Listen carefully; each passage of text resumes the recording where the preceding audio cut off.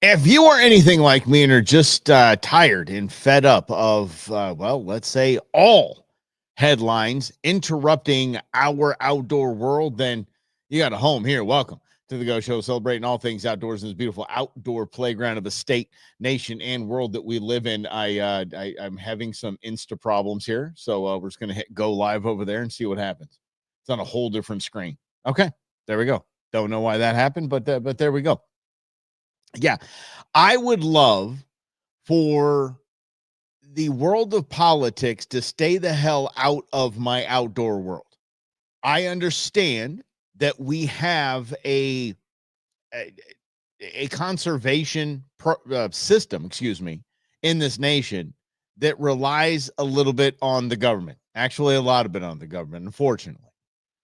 But the headlines that I'm seeing in the past 2 days have been absolutely driving me nuts.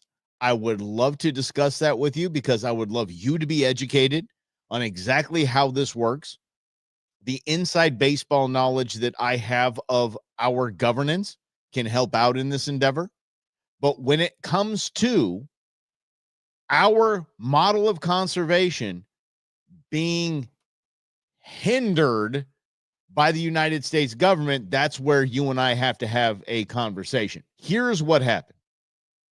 The Trump administration has placed a pause on all funding of grants and loans and subsidies and just said, settle down for a second. Let's everybody calm down. Let's see where we're giving money away to nothing, and let's see what really, really works. Okay? The headlines that I'm seeing when it has to do with our outdoor world is that Pittman Robertson funds will be withheld, that crucial conservation funding will be withheld. Two things here. One, a taxpayer-driven program is not going to be eliminated and is not even part of this pause. And by taxpayer-driven, this is what I mean. For those that don't know, the North American model of wildlife conservation is funded. Every game and fish department in this nation, each state has one. They're all known as something different: Department of Conservation, Natural Resources, whatever it is. Here in Arizona, it's the Game and Fish Department. Is funded by a program called the Pittman Robertson Act. This was from back in the Teddy Roosevelt days. And it is an 11% excise tax on ammunition and firearms, and then it was expanded to hunting equipment and angling through the Dingell Johnson Act. I just like saying Dingell Johnson because I'm a child. And so this 11% tax is divided up amongst the states that fund their conservation agencies. Because, like here in Arizona, your Arizona Game and Fish Department does not receive $1 from the general state tax fund. It gets PNR funds, Pittman Robertson funds. So this isn't a program. Pittman Robertson, Dingell Johnson is not a program that is government created and government basically run. This is, we as outdoorsmen and women decided that we are okay with paying more taxes to fund conservation in every state. And that money comes directly from us by our choice. We said we would want to do that, and is allocated to the states. It has nothing to do with a free government grant program. It's not the government's money. It's our money that goes to conservation. 1, 2. The Trump family are sportsmen and outdoorsmen. Don Jr. is huge into this. There is no way on God's green earth that conservation funding, especially funded by outdoorsmen and women, is going to be withheld by this administration. Okay? And finally, this is government, and it's only been a couple of days. So if we've learned anything, and once again, I'm just giving you my inside baseball knowledge of from the other show. Have we learned anything from government shutdowns? And we've learned anything from the funding being stopped or for the XYZ, no one's harmed. It's okay. It's all good. Everybody gets paid. Everyone always gets paid. And this is one program that is not going to be included in the pause. If so, it'll be rectified quickly. And we'll and if it isn't rectified quickly and takes a week or 2 weeks, it's okay. Your Arizona State Game and Fish Department is going to be just fine. Every state conservation agency is going to be just fine. The national parks are going to be just fine. Everything's going to be fine. Don't buy into the clickbait. Do not.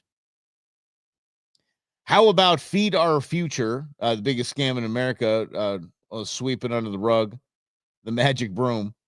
The guy needs to be investigated. Oh yeah, this is we'll get political. I promise. We will, but we don't do a lot of that on this show. But I'll tell you, yes, the funding for a lot of programs is going bye-bye. Like and again, I'm trying not to get political here, but and appreciate your comments on the gram. But I gotta tell you, okay, $50 million in condoms being sent to Afghanistan was stopped. You know what I mean? Like, okay, there are actual grants, programs, things that we're throwing our taxpayer money into that just need to stop, like now. So everything stops. We're going to take a deep breath, look at everything that actually is a good use of taxpayer funds, and then we're going to go ahead and continue with those. But when it comes to, and I can't, I apologize. I got to put my glasses on because the gram went to a different tab. Sputnik 8.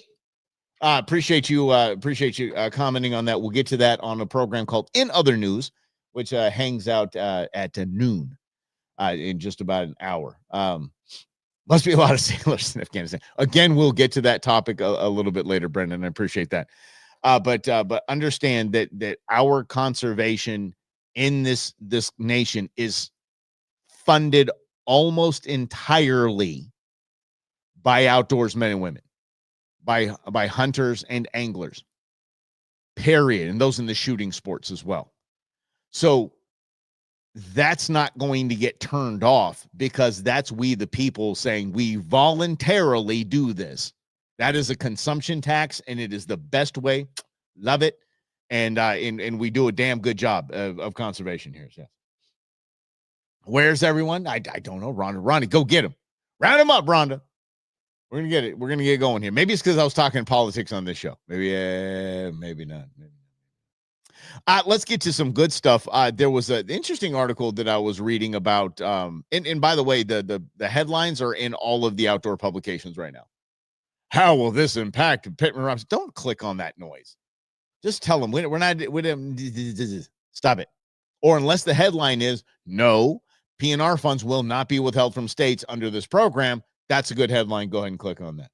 Yes. So Rhonda Roundup, go get them. Going to continue here. One of the weird articles that I found was about a dog fight. It's about a hunting dog fight. And we've been talking about dogs and talking about different training techniques for dogs. It was appreciate that, Greg. See, we found one of them. It does, Rhonda. Yes, politics does sometimes cross over into the outdoor stuff, and that's the only time we will cover it, is when that happens. And in Pittman Robertson funds are so crucial to conservation of all wildlife. It just can't be. That's like shutting down the national highway system just to see if we're spending money properly. You would not do that. So that's not going to be done.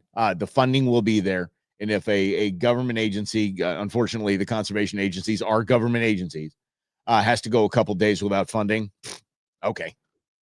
No one cares. But anyway, sticking with the Doogies, I'm obviously a huge dog fan. And we've been talking about dog training, but I was reading this article about two hunting dogs that just hated each other. And they fought all the time. Every time these two buddies that had these dogs, they'd go hunting together. It was just a big bloody fight. It's just ugly until one of their kids came along and worked out some kind of system where both dogs got to hunt and nobody was getting bloodied up. Right. And I was reading this article and there's one thing that hit me, and I will encourage you, by the way, when you get into hunting or you get into angling or the outdoors, could be hiking, doesn't matter. Basically garbage in, garbage out. Really guard your eye gate and ear gate when it comes to these kinds of things, because so many people are going to tell you this is the only way to train a dog. And there's 17 different articles on the only way to train a dog.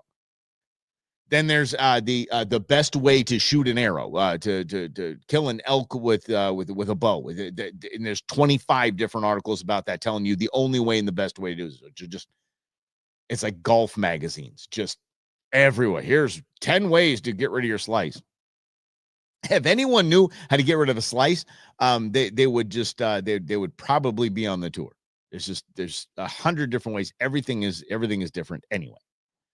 When people write articles about a story, it is some of the most insufferable text you could possibly read. And I'm sorry, especially the old guard.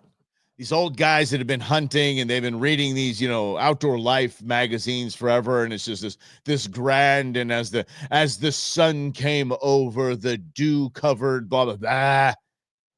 Just, I want to get into this dog fight that you're talking about and how your kid saved it. That's what I want to know. These articles have become the same as if you look up a recipe online. Doesn't this drive you bleeping mad?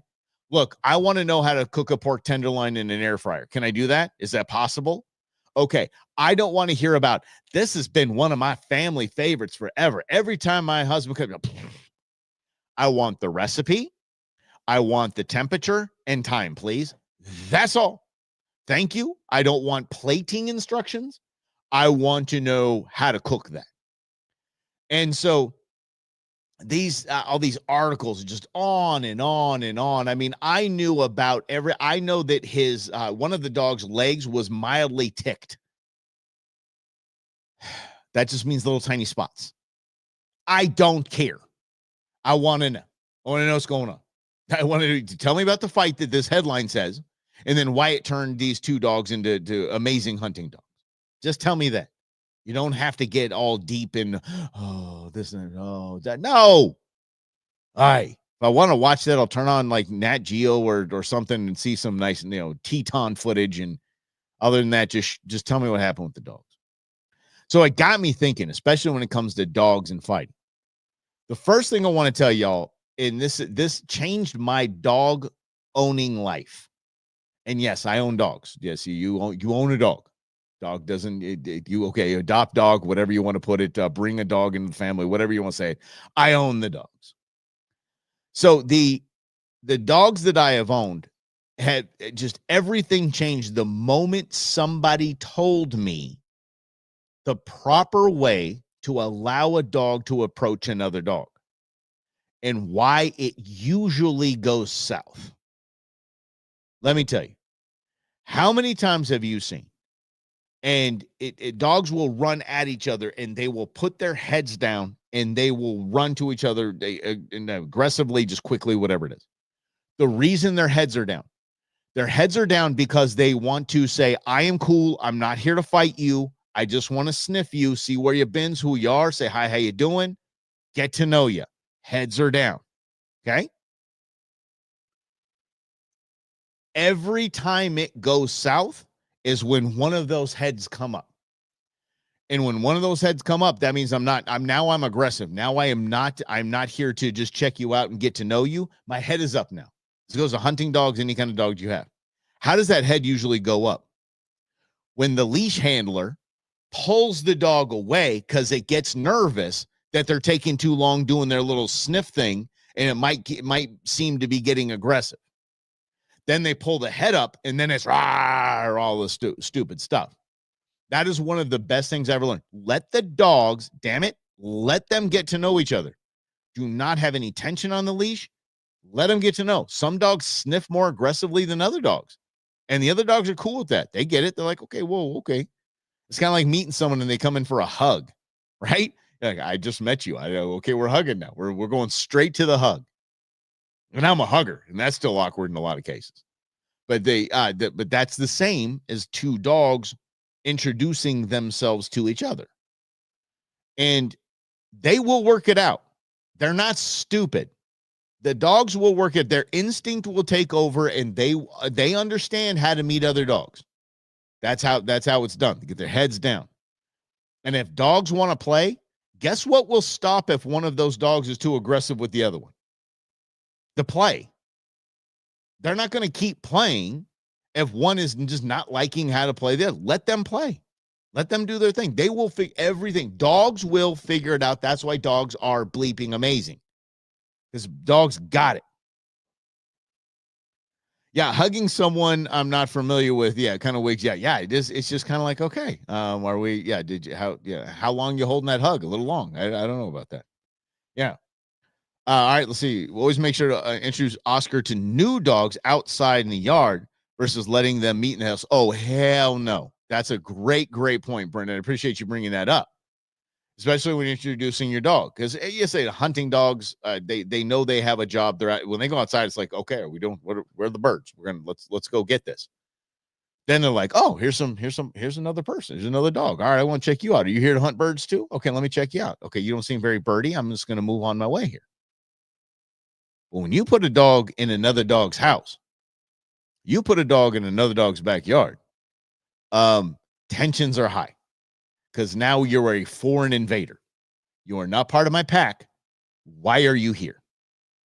So that is a very, very good point. When dogs are introduced to other dogs, do it in a neutral. It's got to be in a neutral site. Got to be in a neutral site. And yes. Yeah, Dave. I think that that taking a dog to a dog park, I've heard taking a dog to dog parks, es no bueno for training. It's just no bueno. And I don't know why. I really don't know why. I think it has something to do with the pack order and dominance. So I don't know why every trainer that I've ever talked to said never ever take your dog to a dog park. I mean, I'm from Huntington Beach, where there's a dog beach, an entire dog beach, and everybody seems to get along pretty well. But I really don't understand what this is. Yeah. Yes, it definitely leaves you the other anxiety, because the dog that's going into somebody else's house, some other dog's den, little pack house, is it has a ton of anxiety. Like, I'm not, this is new to me. Everything smells different. This isn't my house. This isn't my hood. These aren't my people, for sure. Let me see here. Let's see. Yes. Where you at, Jim? Here you go. My dog used to play a real rough for too many folks, but would not let anything on our property in Washington. 120. Holy mackerel, $128 alpha female. Usually had her way with everything. Yeah. It's kind of like Cousin Eddie in Christmas Vacation. If Snot starts going to town, you might as well just let him finish, right? Let him finish. A lot of distractions in dog park. Yeah, a lot of distractions in dog parks, for sure. No, but Brennan, what I'm saying is not to train your dog. Dog trainers will say just taking your dog to a dog park will eliminate a lot of the training that they have. Will erase it. So I'll see if I can get that. Yeah, there you go. Okay, Buttercup left sitting in the front door watching people walk their dogs. Yeah, she's really excited. Barks, not angry, just like, hey. That was a Far Side cartoon where the guy was working. He said the dog translator, and he's walking by a picket fence. And the dog, that's all the dog was saying is, hey. And that's what I think dogs from here on out, it's just dogs are just saying, hey, what's up? How you doing? Oh, there's this house around the corner from mine that is for sale. It is a beautiful home, y'all. It is beautiful. 4-bedroom, 3-bath, 2,400 square feet, a pool, single level, landscaping's perfect. Everything is perfect. Everything's just moving. This house should be sold in a minute. No, the next door neighbor, every day, all day, had their garage as their dog run, and they have the garage door open about 2 or 3 feet. And anything that walks by, car goes by, anything, those dogs do not stop for about 15 minutes, and they are loud. I walk Ozzy by there all the time, and it just doesn't stop. I'm down to the other side of the street, and I'm still hearing them barking. Those dogs are if anyone goes and sees that house, there's no way in hell I'd buy it. It's so crazy. So sad, right? Never taken a dog to a dog park. Not sure if the oh, yeah. The other dogs in the meds, yeah. Also aggressive, non-aggressive dogs and the same. And people are just idiots. I'm sorry. There's so many people that are just morons with their dogs and this don't know how to handle their dog. I was at I take Ozzy, Queen Bee, and I take Ozzy on the Greenbelt by her house. It's a big wash. It's beautiful. And sometimes I'm just walking them and just random dogs just come running up. They just come running up, and their owners just over there, on the sidewalk, just kind of walking along as if nothing's going on. I'm like, your dog just bum rushed my dog. They're working it out again. I'm not pulling on him. And one actually came up to him, and all I heard was bzz, bzz, bzz. And the owner's going, no, no, no. I forget what the dog's name was. This is a female name. Is it no, no? Bzz, bzz. And it was like buzzing the collar. I'm like, do not agitate your dog when it's introducing itself to another dog, please. Pretty please. And I'm not snobby like this. I'm just like, guys, please just relax. Get your shoulders down. And the dogs are going to work it out. They're going to work it out. Oh, you have neighbors like that? Oh, that's so terrible. So terrible. We were telling back while I was grilling, said, hey, do you want to know? Oscar, oh boy. You know one of the best things too, and I don't know why we're just talking about dogs today, and we'll go on one of the cool tips I have. One of the cool things, if you guys have a dog tag, if your dogs have a dog tag, have a phone number, not the dog's name. Do not have the dog's name. Have a phone number, and says on the back, needs meds. That's it. Because I have very expensive, very well-trained hunting dogs. If somebody gets a hold of that and now knows their name, they got a really well-trained hunting dog that's going to be theirs. If they say on the back needs meds, they're not going to want that dog. No way in the hell they're going to need that dog. They don't want it. Too much trouble. And it doesn't have a name on it, so they can't call it. They can't, oh, look, it's Boba. No. That's one of the best pieces of advice I've gotten. Best ever. And dogs will work it out. Dogs will work everything out. Dogs understand the pecking order of things. They understand discipline, and they do. And dog training. If you want to send your dog away to dog training, I was talking to Steve Clark from Arizona Elk Society last night, and he said that his dog is well trained. Holy mackerel, she is well trained. I mean, he'll go to a park and he'll walk 200 yards away from her, and she will not move until he whistles, and she will come like just a fur missile right at him. Totally awesome. Yeah, people don't know how to handle their pets. And most importantly, and I'm going to say this because especially I'm an advocate of hunting dogs, is that people don't understand that sporting dogs and working dogs need to have a sport or a job. That's why they're called what they are called. It has to be. If they don't, they're miserable. Their lives suck. They act out. They don't like it. If you do have a sporting dog or a working dog, one of the coolest things, learn a tip I just learned. I think it was from Steve last night, and I'm totally going to try this. Just small little treats. Go around the backyard, your entire backyard, and just hide them. Just hide them. Let your dog out there. Dog is going to be all over it for hours. Because if a mental stimulation for a working dog and a sporting dog is just as important as physical stimulation. So if they're mentally stimulated and they're good with that, they don't have to go running twice a day. They don't have to have the ball thrown. If their brain is getting worked, they're good. They really are. And again, except for Labs, you dopey little lovable, oh my gosh, I just love you so damn much. Yeah, not a lot working in the head, but it's okay. But they have to have a job, because a lab, I don't know if it's technically sporting or working. I think it's sporting. Still has to have a job. You still have to move that is do the same thing every single day. Yeah, kibble for Buttercup. She's not as interested as her bubble machine. What? And her bubble? There's a bubble machine? Did you get a bubble machine for the dog? This actually is brilliant. That's brilliant. Yes, you are. That makes us all sporting dogs, Brendan. Yes. Yeah, just I'm gonna hide treats. Somebody can hide treats from me. Hide ribeyes. I will find them. It might take me hours, but I will find them, and that grill's gonna be fantastic. This bubble machine sounds like a great idea.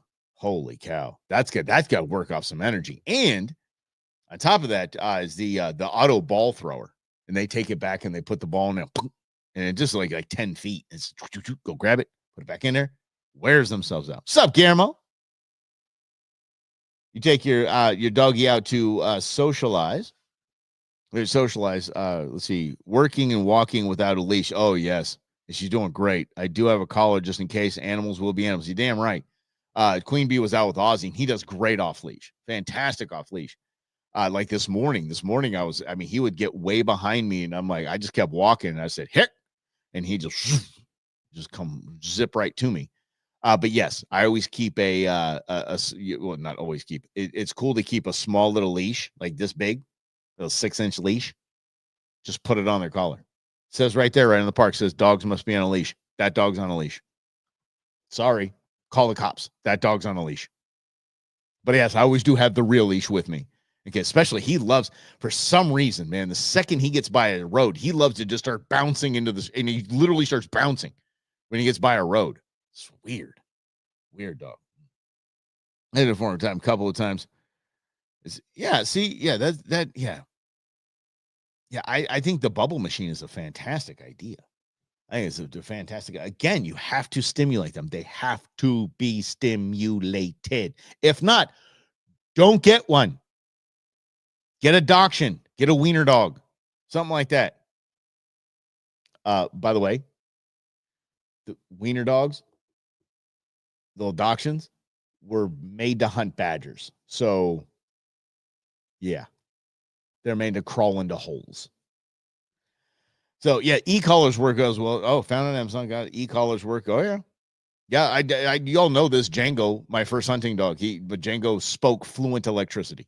Fluent. And he knew. You didn't even have to zap his butt. You just showed that just the remote. And he's like, okay. Anything you want, Dad. We'll do anything you want. Don't care. We're good. Yeah, anything you want, Dad. Oh, he was the best. He was so much fun. He was a machine. He was a savant when it came to hunting birds. But like sometimes you would think, where'd he go? He was so fast. You're like, I don't know where he went. He's on a point somewhere because he's not coming when I'm telling him to come. He's on a point.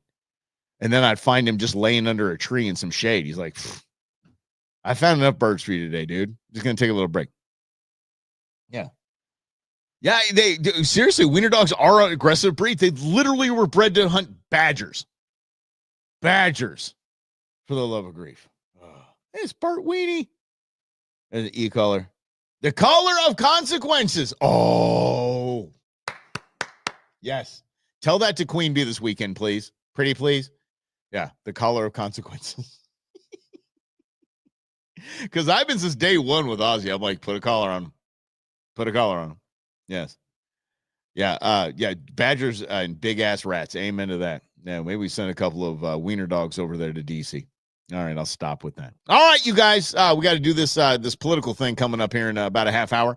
So we'll do this tomorrow. We'll do the same thing we do every day right here on the Go Show, celebrating all things outdoors in this beautiful outdoor playground of state, nation, world that we live in. Please like, subscribe, send it out, do all that stuff. You know the